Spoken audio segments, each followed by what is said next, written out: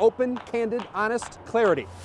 Let's talk to the newsmakers and politicians and influencers, and let's ask them your questions. Let's be clear.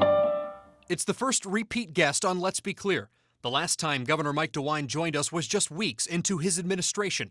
Now he's had some time to settle in and joins me in the truck to talk about where the state of Ohio is and where it's going. So last time you and I talked, you kind of just took over as governor.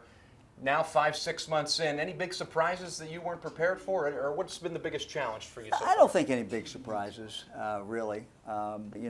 Focusing on the drug problem, focusing on early childhood education development, workforce training. We've got to focus on Lake Erie. 3 million Ohioans get their water from Lake Erie. So these are all kind of basic things, but they're very, very important. Todd wants to know about expected improvements to the roads following the gas tax hike. Gas tax went into effect July 1. You're not going to see any results overnight, but we had gone downhill for a while, and now we certainly have bottomed out. This new money is coming in, and it's not just for the state. It's probably even in some respects more important for the township roads, the city roads, the village roads, the county roads, and it's going to make a difference. Let's talk heartbeat bill. Something that you passed, it's getting hung up right now. What's your hope on going forward? Is this going to get through by a certain point? And people that are opposed to it say this gets between a doctor and a patient. Look, I understand. Yeah. I understand people who are opposed to the bill.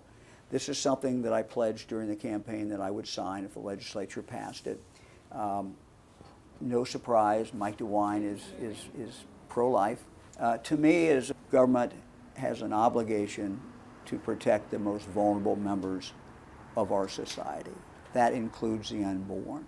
Let's stay with kids. Right now, the school system, there's some state takeover of some different schools, and some people are fighting that as well. Do you like it as the way it is, or are you looking at maybe making some changes, or how do you think that program's working? I think that there's a balance that we have to achieve, and we've not achieved that balance. We are a state that very much believes in local control of our schools. We are still grappling. How do we maintain local control but not abandon those kids?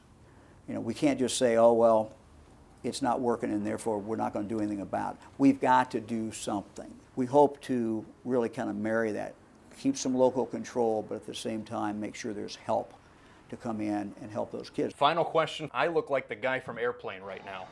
You're in a suit and you're not sweating one bit. How do you do it? Are your glands smaller or what? You've been in here longer than I have. That is true. See, you're working harder. Okay. You're asking the questions. I just have to sit. I just thought this was the hot seat. I thought that was supposed to be the hot seat. You've been in longer and you're doing all the work. Governor. Enjoyed it. Let's do it again. Thank you so much.